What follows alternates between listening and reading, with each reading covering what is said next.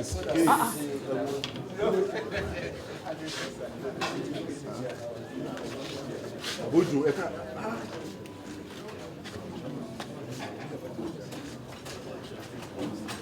are you?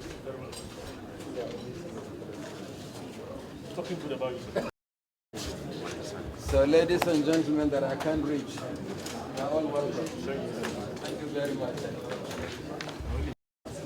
Let's be seated.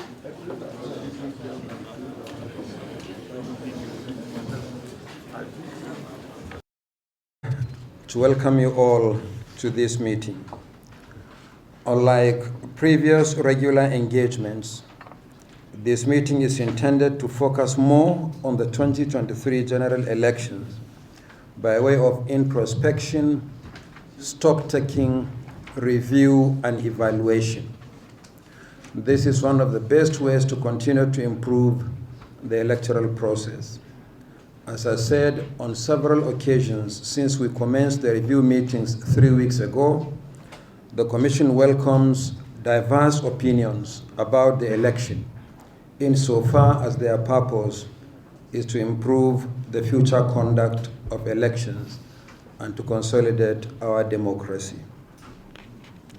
Since the 2019 general election, we have worked together with the National Assembly, civil society organizations, and other stakeholders for the progressive improvement of the electoral process.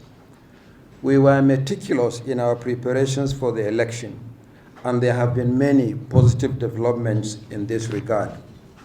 One area is the repeal and reenactment of the Electoral Act 2010 into the Electoral Act 2022. The new law provides for a period of 180 days for political parties to conclude their primaries and submit the names of candidates for the 2023 general election. This enabled the Commission to commence the process of producing the sensitive materials for the election in good time. I am glad to report that the printing of all sensitive and non-sensitive materials for the 2023 general election was entirely done in Nigeria. Not a single ballot paper or result sheet was printed outside the country. This is the first time in 44 years since the transition to democratic rule in 1979 that this great step was taken and achieved in spite of the record number of 93.4 million registered voters and over 500 million ballot papers, result sheets, and other documents for the 5 categories of the main election and supplementary polls. For this reason, the 2023 general election was held as scheduled for the first time in the last 4 electoral cycles without a postponement arising from the non-arrival of materials. Furthermore, we were able to expand voter access to polling units for the first time since the initial delimitation exercise in 1996. Similarly, we introduced many technology-based innovations, including the online pre-registration of voters, the fiscal registration using the INEC voter enrollment device, the IVED, the various portals for the nomination of candidates, party agents, and the accreditation of observers and the media. We also collected and published data on the distribution of voters, not only by age and occupation, but also by disability.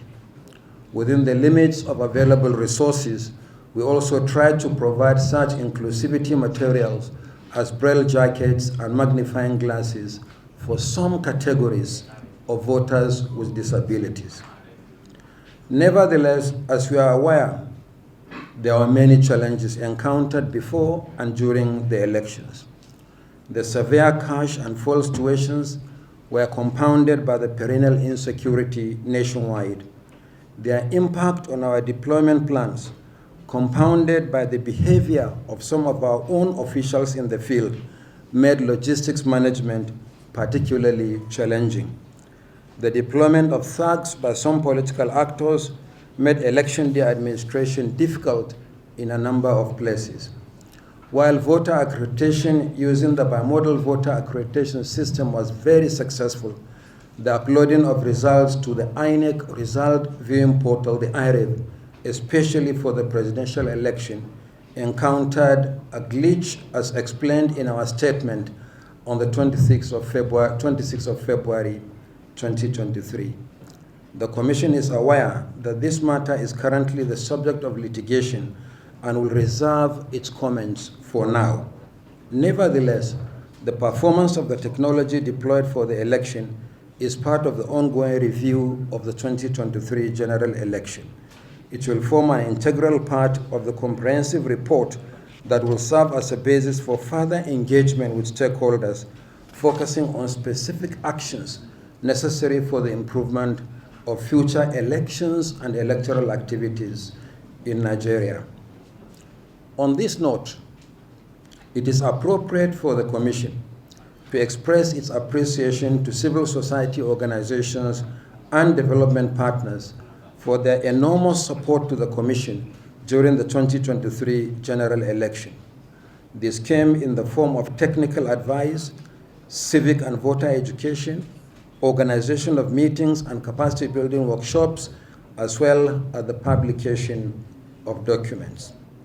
However, it is necessary to seize this opportunity to correct the impression in some sections of the public that the Commission received huge sums of money from development partners for the election.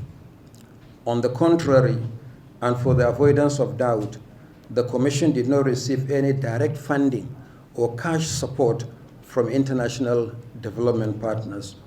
Rather, their support was totally indirect through civil society organizations and implementing partners working on elections. Indeed, it has been a long-standing policy of the present Commission not to receive direct funding and cash transfers from sources other than the federal government of Nigeria.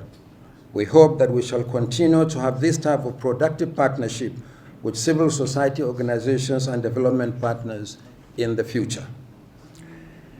It is in furtherance of this partnership that the Commission accredits observers because the feedback we receive and their actionable recommendations have been very helpful in the electoral process. For the 2023 general election, the Commission received 538 requests, 504 domestic and 34 foreign, for accreditation as observers. After a thorough evaluation of the requests, only 228 groups, 109 domestic and 38 foreign, met the requirements for accreditation. However, so far, only 67 observer groups, 62 domestic and 5 foreign, have submitted their observation reports, which represents just about 30% of the accredited groups for the election. We urge all observer groups that are yet to submit their reports to do so in earnest. In addition to the review of the last general election, the Commission would like to share with you at this meeting the plans for the upcoming by-elections and preparations for the off-cycle governorship elections in Bayelsa, Imo, and Kogi states, scheduled for Saturday, 11th November 2023. Once again, it is my pleasure to welcome you all to this meeting, and we look forward to a robust engagement. I thank you and God bless you.